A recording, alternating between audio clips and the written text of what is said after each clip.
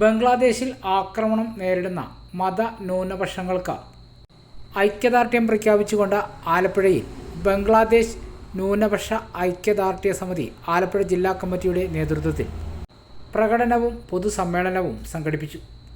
പ്രകടനം ആലപ്പുഴ മുല്ലയ്ക്കൽ ക്ഷേത്രത്തിന് സമീപത്ത് നിന്ന് ആരംഭിച്ച് ആലപ്പുഴ ടൗൺ ഹാളിന് സമീപം സമാപിച്ചു.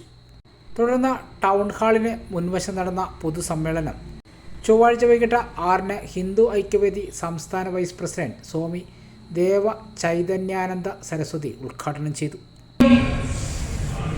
ബംഗാളിന്റെ തെരുവോരങ്ങളിൽ, ബംഗ്ലാദേശിന്റെ തെരുവോരങ്ങളിൽ, ബംഗ്ലാദേശിന്റെ കുടിലുകളിൽ അന്തിയുറങ്ങുന്ന നിരപരാധികളായിട്ടുള്ള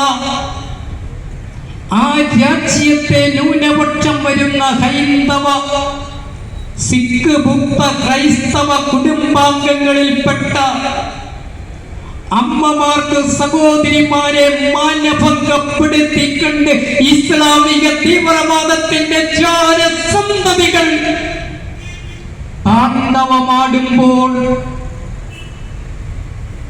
പാലസ്തീനിൽ ഏതെങ്കിലും ഒരു മുസ്ലിം സഹോദരിയുടെ ശിരോവസ്ത്രം കാറ്റത്തുലഞ്ഞാൽ നട്ടാപ്പകൽ ആലപ്പുഴയുടെ തെരുവോരങ്ങളിൽ മെഴുകുതിരി പിടിച്ചു പ്രതിഷേധത്തിന്റെ പ്രകമ്പനം കൊള്ളിക്കുന്ന മതേതരത്വത്തിന്റെ മുന്നണി രാഷ്ട്രീയം ബംഗ്ലാദേശിൽ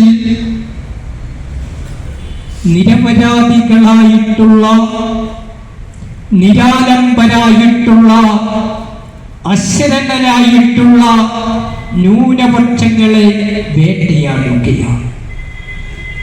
ചടങ്ങിൽ RSS ജില്ലാ സംഘചാലക് കേണൽ NS റാംമോഹൻ അധ്യക്ഷത വഹിച്ചു.